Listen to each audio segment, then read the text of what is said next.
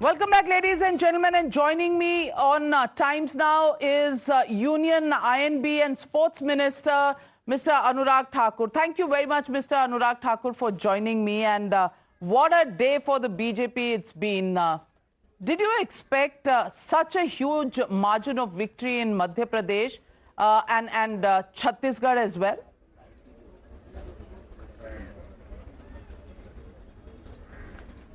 Navika ji, let me first thank you and the voters for this historic win. Yes, this is well deserved. After, contesting this election with the Prime Minister Modi as the face for the Bharatiya Janata Party, the kind of hard work we have put in. At the same time, the performance of the double engine government has ensured that people voted for double engine government. The people trusted prime minister Modi guarantee. देश में एक ही guarantee चलती है, नरेंद्र मोदी की guarantee.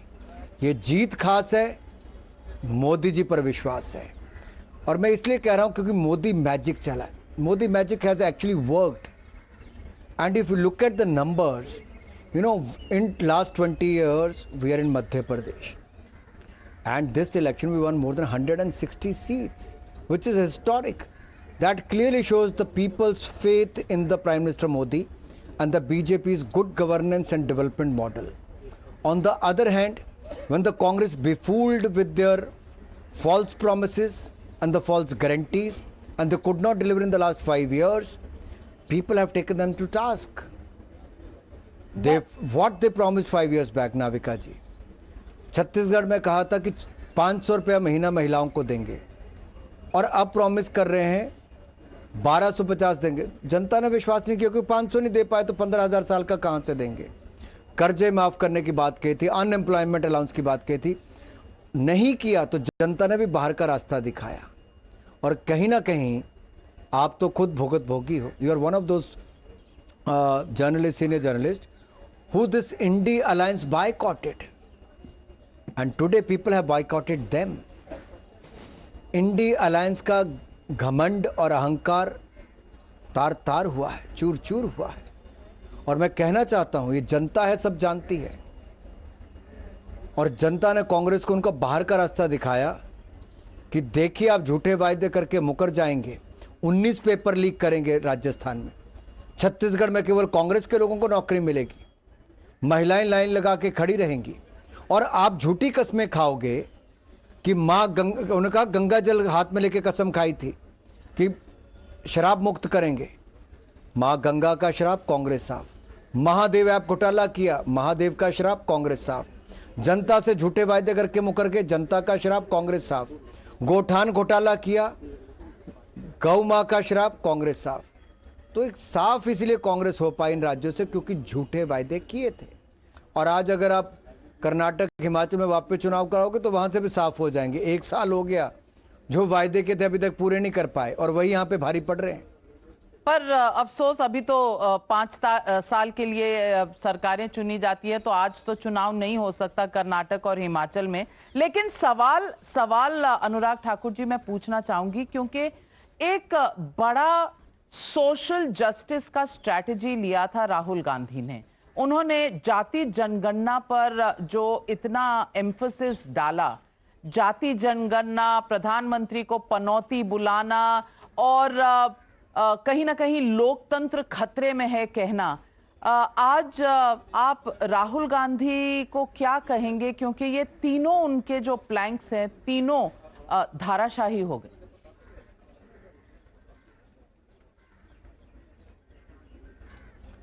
देखिए, अंग्रेज चले गए लेकिन अपनी सोच, अपनी विचारधारा कांग्रेस को देकर गए. बांटो, राज करो, चाहे जाति, धर्म, संप्रदाय या क्षेत्र के नाम पर हो. कांग्रेस ने आज तक यही किया, लेकिन अब वो चलता नहीं. मोदी जी का सबका साथ, सबका विकास, लोग इसके साथ जुड़े हैं, मोदी की गारंटी पर विश्वास करते हैं. और जो जातिवाद का बीज डालने का इन्होंने प्रयास किया, जनता ने सिरे से नकार दिया. और मोदी जी ने कहा, आपने ध्यान से सुना होगा, कि मेरे लिए युवा, महिला, किसान और गरीब ही जाति है. इनके कल्याण के लिए ही काम करना है.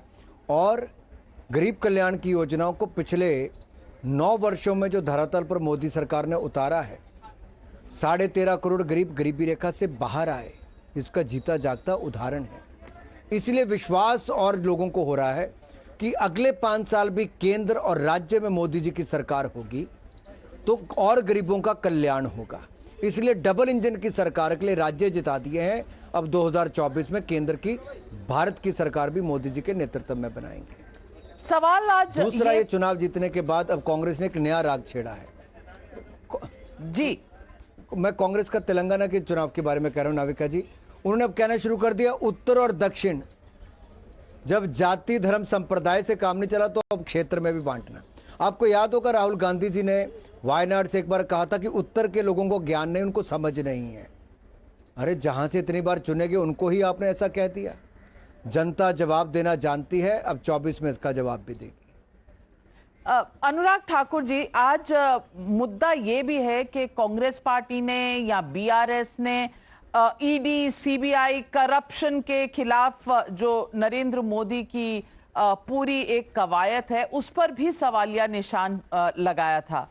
छत्तीसगढ़ में महादेव ऐप का जो लास्ट मिनट पर एलिगेशन था, आपको लगता है उसका वो कारण है जो आज छत्तीसगढ़ में आपको सीटें मिली हैं?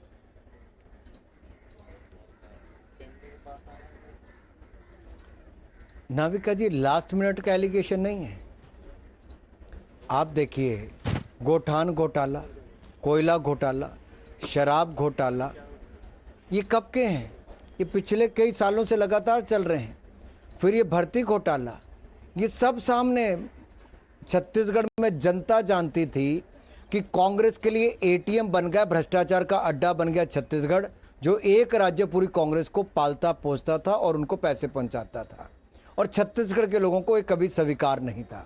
जब मैंने जाके भूपे ऐप को भी लॉन्च किया तो मैंने कहा था भ्रष्टाचार करो और भूपे करो, यानी कि पैसा खाओ, भूपेश बघेल को पेमेंट करो।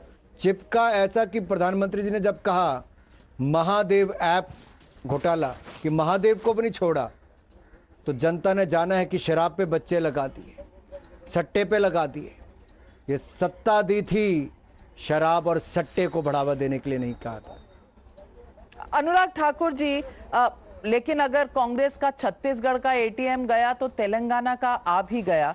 पूछूंगी कि 2024 के लिए क्या ये एक बड़ी उपलब्धि है कांग्रेस पार्टी के लिए, और इंडिया अलायंस को आप कैसे देखते हैं? क्योंकि समाजवादी पार्टी को कोई सक्सेस नहीं मिला और आम आदमी पार्टी की तो मुझे लगता है 95% सीटों पर जमानत जब्त होने के चांसेस है, क्योंकि 0.3% वोट है, नोटा से भी नीचे।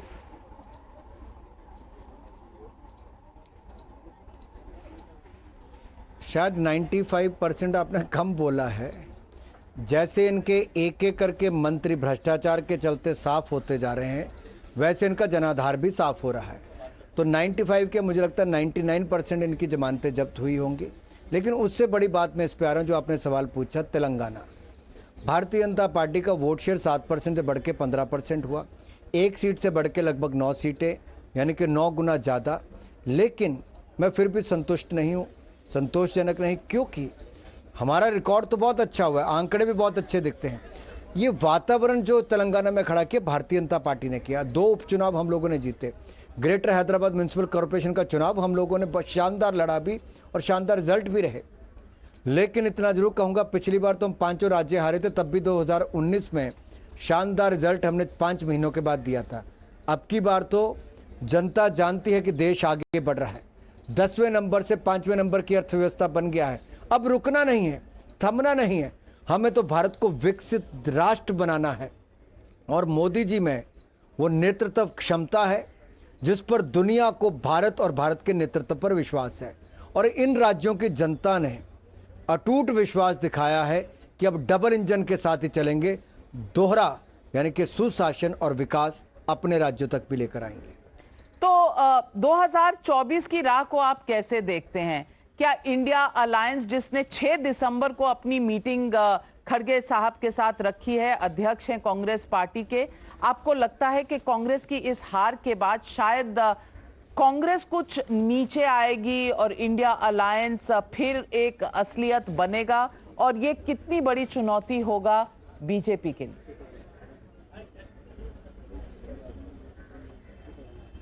मैंने पहले दिन से कहा ये घमंडिया गठबंधन है और इस चुनाव में घमंड और अहंकार चूर चूर हुआ है इनका। आप जैसे वरिष्ठ पत्रकारों का तिरस्कार करना, नकारना इनको भारी भी पड़ा है। वही जनता ने भी इनको इनका स्थान दिखाया है। इनके पास ना नेता है, ना नीति है और नीयत में खोट भी है। पूरे चुनाव में देखिए कोई एक साथ नहीं था, अपनी डफली अपना राग था, ना सुर था ना ताल था, और इसीलिए इनका भी बेहाल था। ये राहुल गांधी के भारत जोड़ो यात्रा के बाद तेलंगाना में, मध्य प्रदेश में, राजस्थान में उनकी भूमिका मानी जा रही थी। आज वो भूमिका सीट में नहीं तब्दील हो पाई, कम से कम मध्य प्रदेश और राजस्थान में। इस पर आप राहुल गांधी को क्या मैसेज देंगे?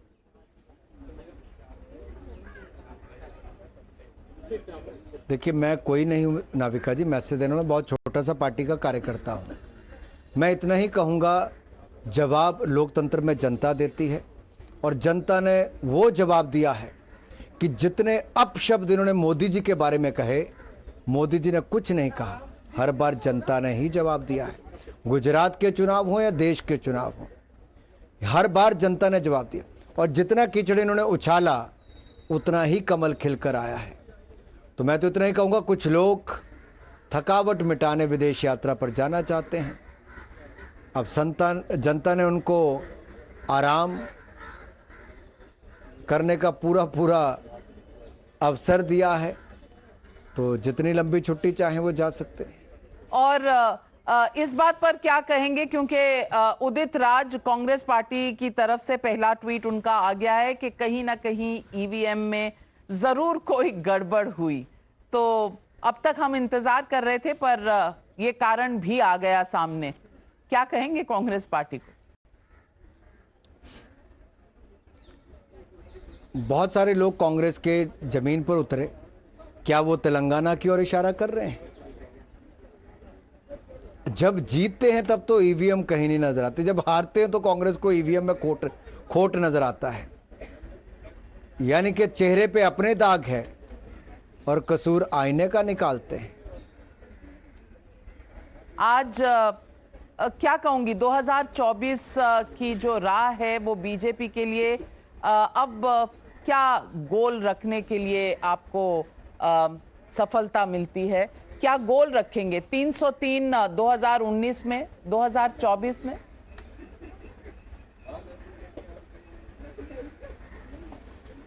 नाविका जी, अगर आप देखें 2014 में 30 वर्षों के बाद पूर्ण बहुमत की सरकार भारत में बनी मोदी जी के नेतृत्व में। 2019 में उससे ज्यादा सीटें जीतकर हमने 300 पार करके फिर सरकार बनाई मोदी जी के नेतृत्व में। 2024 में भी हम पिछला रिकॉर्ड तोड़ेंगे और फिर मोदी जी के नेतृत्व में सरकार बनाएंगे जनता के आशीर्वाद से, क्योंकि जनता जानती है कि जब पूर्ण बहुमत की सरकार बनाओ तो निर्णय करने आसान होते हैं, देश सही दिशा में चलता है, भारत ने कीर्तिमान स्थापित करता है। G20 की सफलता हो या चंद्रयान मिशन की सफलता हो, खेलकूद के क्षेत्र में रिकॉर्ड मेडल जीतने की बात हो, या भारत की अर्थव्यवस्था 10वें नंबर से 5वें नंबर का कीर्तिमान बनाना हो, वहीं पर 13.5 करोड़ गरीबों को गरीबी रेखा से बाहर निकालने का काम मात्र 5 वर्षों में किया हो, तो जनता को पक्का विश्वास है कि पूर्ण बहुमत की सरकार बनाएंगे तो गरीबों का कल्याण और होगा, जब अगले 5 वर्ष फिर मोदी जी की सरकार में नए भारत का निर्माण होगा। अनुराग ठाकुर जी, हमारे साथ जुड़ने के लिए आपका बहुत बहुत धन्यवाद और बहुत बधाई आपको और पूरी पार्टी को। जिस तरह का प्रदर्शन इन चुनावों में दिखाया गया है, अप्रत्याशित था।